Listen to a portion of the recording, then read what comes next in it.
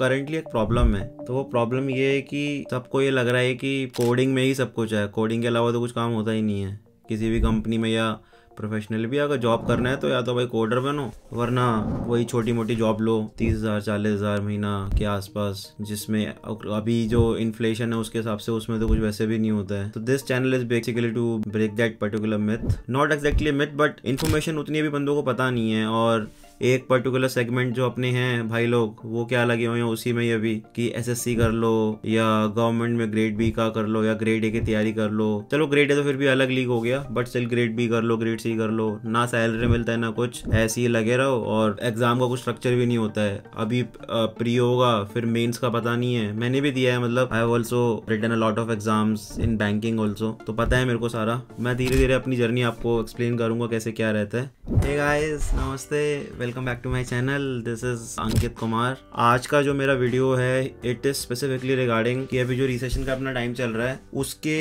Around अभी supply chain का क्या स्कोप है। मतलब कोई है बंदा जिसको नॉन कोडिंग जॉब चाहिए मेरी तरह, और हर कोई ज्ञान तो ये देता है कि यार पाइथन सीख लो, सीक्वल सीख लो, बट नहीं है यार, नहीं सीखनी तो नहीं सीखनी। मतलब सीक्वल तो फिर भी चल के आएगी, बहुत ईजी है। और सीक्वल तो ऑफिस में जैसे आप ज्वाइन भी करोगे ना, 1-2 हफ्ते के अंदर आप बेसिक क्वेरी लिखना सीख लेते हो, इतना कोई प्रॉब्लम नहीं आता है। बेसिकली मैं दिल्ली से हूँ और मैं इंडिया में काम कर रहा था, 4-5 साल के अराउंड मैंने काम किया इंडिया में। मैंने बीटेक किया 2016 में कंप्लीट सिविल इंजीनियरिंग में, और काफ़ी मस्ती किया उस साल। तो बाद में फिर एक झटका लगा, क्योंकि अब ना तो वो जॉब मिल रही है जो चाहिए, जो मिल रही है वो हमें नहीं चाहिए, कुछ ऐसा सिनारियो हो गया है। फिर मेरा ये फोकस रहा कि यार बिजनेस भी अगर करना है मेरे को आगे चल के अपना, तो कैसे मैं वो कर सकता हूँ। अब उसके लिए सप्लाई चेन बहुत इंपॉर्टेंट है।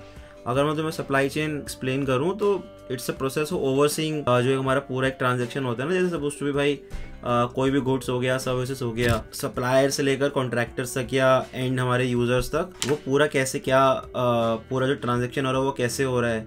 उसके अंदर सोर्सिंग भी आ गया, रॉ मटेरियल्स का, या फिर प्रोक्योरमेंट हम कहाँ से करते हैं वेंडर से, उनका अग्रीमेंट कैसे करना होता है, अब माल कौन सा लेना है, उसका डिस्ट्रीब्यूशन कैसे होना चाहिए, कॉस्टिंग कैसे बचानी है, बेसिकली धंधा कैसे करना है। ये सप्लाई चेन से काफ़ी सारे लॉजिक्स क्लियर हो जाते हैं। जैसे सपोज से भी कुछ भी करने के लिए मैथ्स अपने को बेसिक आना चाहिए ना भाई। जनरल एमबीए भी काफ़ी अच्छा ऑप्शन रहता है, बट थोड़ा सा और एक्सपेंसिव पड़ता है वो भी एक फील्ड है ही ऑब्वियसली। मेरा बेसिकली जो क्वेश्चन है डिस्कस करने का वो मेन ये है कि अभी मास्टर्स करने का पॉइंट है क्या सप्लाई चेन में फॉर एग्जाम्पल, या फिर इंडिया से ही भाई Tier 2 कॉलेज से पढ़ लो, 25-30 लाख रुपए बच जाते हैं और घर में कर लिया। तो ऐसा करना है या फिर क्या करें। तो उसके हिसाब से मेरा तो यार जो अभी जैसे यार मैं जो बंदा हूँ, मैं I am very close to my family, मैं तो अपने घर वालों के बिना रह ही नहीं सकता।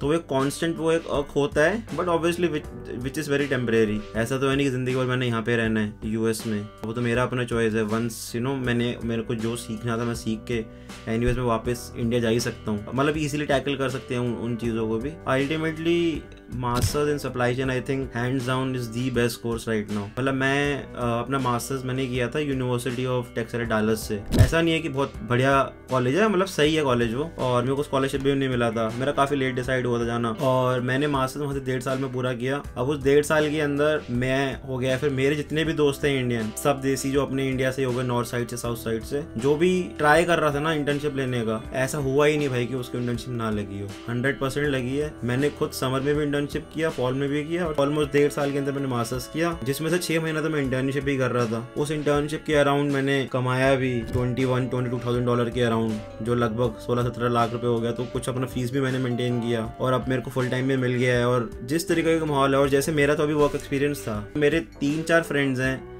जिनकी इंटर्नशिप लगी, मुझसे पहले लगी, और इनका कोई एक्सपीरियंस भी नहीं था, फ्रेशर्स से। तो यूएस की मार्केट काफ़ी ओपन है इन चीज़ों का। ऐसा नहीं है कि जिसका एक्सपीरियंस है उसी का बात बनता है, सबका धीरे धीरे सीन होता है। और यार आप इस तरीके से देखो क्रिटिकलिटी की, यूएस गवर्नमेंट ने भी सप्लाई चेन को एक की फोकस एरिया बताया है 2022 के जनरल में। सप्लाई चेन की एजुकेशन में यार यूएस टॉप है, और टॉप भी पता है इसलिए अपने देसी की वजह से ही है। अपने इंडियंस भाई यहाँ पे जो आ रखे हैं ना, मचा रहे हैं, लिटरली मचा रहे हैं भाई। हर कंपनी में बड़ी फील्ड पे जो बंदा है ना, अपने यहाँ का कोई खिलाड़ी बनता है। एशियन चाइनीज भी बहुत मचाते हैं, और अपने इंडियंस खतरनाक भाई, बहुत ज़बरदस्त सीन है इनका। तो एक कनेक्ट भी रहता है, वो ज़्यादा हेल्प भी करता है, क्योंकि उनको भी रहता है कि उनको भी पता होता है ना हमारे पेन पॉइंट, कि भाई हम क्या कर रहे थे, क्या करने आ गए यहाँ पे, और जो एक कांस्टेंट स्ट्रगल होता है डेली बेस पे। तो वो यार मतलब ऐसे मैं आपको बताऊँ तो जो इंटरनेशनल स्टूडेंट का लाइफ होता है ना, थोड़ा टायरिंग होता है। मतलब constantly you are on a vigil. तो वो एक सीन रहता है, बट वो जब हम उस फेज को पार कर जाते हैं तो एक जो फीलिंग है कि हाँ we are able to challenge our self and also grow, वो बहुत ज़्यादा आई थिंक इम्पॉर्टेंट है हर किसी के लिए। तुम सप्लाई चेन के पॉइंट ऑफ व्यू से अगर देखोगे ना तो बहुत सारी फील्ड्स होती है जिसके अंदर जॉब अपन करते हैं। ऐसा नहीं होता कि एक सप्लाई चेन मैनेजर या वो अपना वेयर हाउसिंग वाला मैनेजर एक जॉब होता है, हर तरीके की जॉब होती हैं। और इसको मैं ना तुम्हें रिलेट करके दिखाता हूँ। अपना जो एजुकेशन का डिसीजन है कि यूएस अगर अपने को आना है तो भाई फिर एजुकेशन लोन का एक सबसे पहला पंगा मेरे केस में तो बेटर यही होगा कि मैंने एक एजुकेशन लोन फाइनेंसिंग कंपनी है ज्ञानधन, मैंने उसमें ऑलरेडी 1-1.5 साल काम किया था। तो वहाँ पे मैंने काफ़ी रिगरस तरीके से काम किया और वहाँ से मेरे को ऑलरेडी बहुत लर्निंग मिल गई थी कि भाई लोन कैसे मिलता है, क्या होता है। और धीरे धीरे करके बहुत सारी चीज़ें अब तो सॉर्ट हो रही है। वो लोन में रीपे कैसे करूँ 2 साल के अंदर अंदर। तो तुम सिंपल सैट देखो, ऑलमोस्ट तुम ये लगा लो $75,000 के आसपास तुम्हारा मास्टर्स में लग जाएगा। और इंडियन करेंसी में अब तुम लगा लो कि 65-70 लाख रुपए में तुम्हारा